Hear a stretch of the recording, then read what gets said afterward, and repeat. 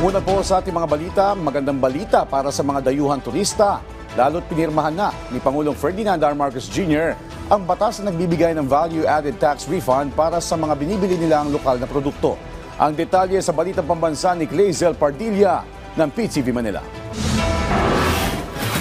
Namangha sa magagandang beach sa Pilipinas at napabilib sa ugali ng mga Pinoy ang mag-asawang turista na si Larson at Clemens mula France. Well, the beaches were very nice. We really appreciated the Filipino people. They seemed to be very sociable, very smiley, very nice people in general. Sa katapusan ng Marso, nakatakdang umalis ng bansa ang mag-asawa. Baon ang magagandang alaala at kaunting souvenir na bibilhin dito sa Pilipinas. Ang magandang balita ng Malacanang para sa mga dayuhang turista, maaari nang mag-apply ng VAT refund o balikbayad ang mga foreign visitor na nakabili ng mga produkto rito sa Pilipinas. Alinsunod sa VAT refund for non-residents Tourists Act na isinabatas ni Pangulong Ferdinand R. Marcos Jr., papayagan ang mga dayuhang turista na mag-claim ng 12% value-added tax sa mga biniling lokal na produkto gaya ng damit, electronics, alahas, accessories, souvenir, pagkain at iba pang gamit na nagkakahalaga ng 3,000 piso kada transaksyon. Katumbas yan ng 360 pesos na ibibigay sa pamamagitan ng cash o electronic platform.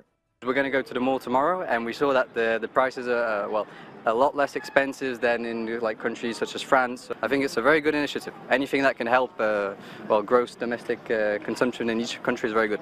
Layo ng administrasyon ni Pangulong Marcos na mahikayat ang mas maraming turista na bumisita sa bansa. May mga ibang bansa na po na ito din po ang kanilang ginagawa para makapang-akit ng mga turista. So ito po ay isang paraan lamang po para mas marami pong turista ang pumunta sa ating bansa. At ito din po ay makakapag-inganya rin po na bumili ng mga produkto dito sa ating bansa.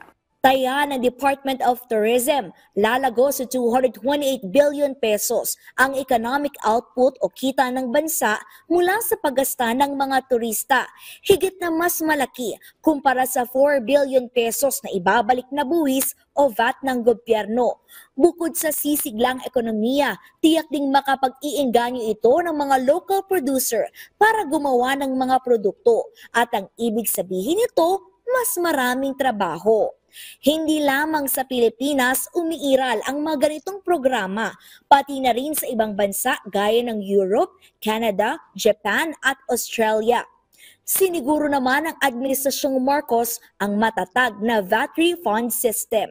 Dapat yung mga accredited na mga tindahan lamang po ang mag-i-issue ng mga resibo para po hindi po tayo maluhoko ng mga nagpapanggap ng mga turista, nagpapanggap na mga bumili ng mga produkto mula sa Pilipinas. Makukuha ang VAT refund mula sa mga accredited na tindahan at VAT refund operator. Kailangan lamang magpresenta ng pasaporte, resibo at dapat ibiyahe palabas ng Pilipinas ang mga produkto sa loob ng 60 araw mula ng binili.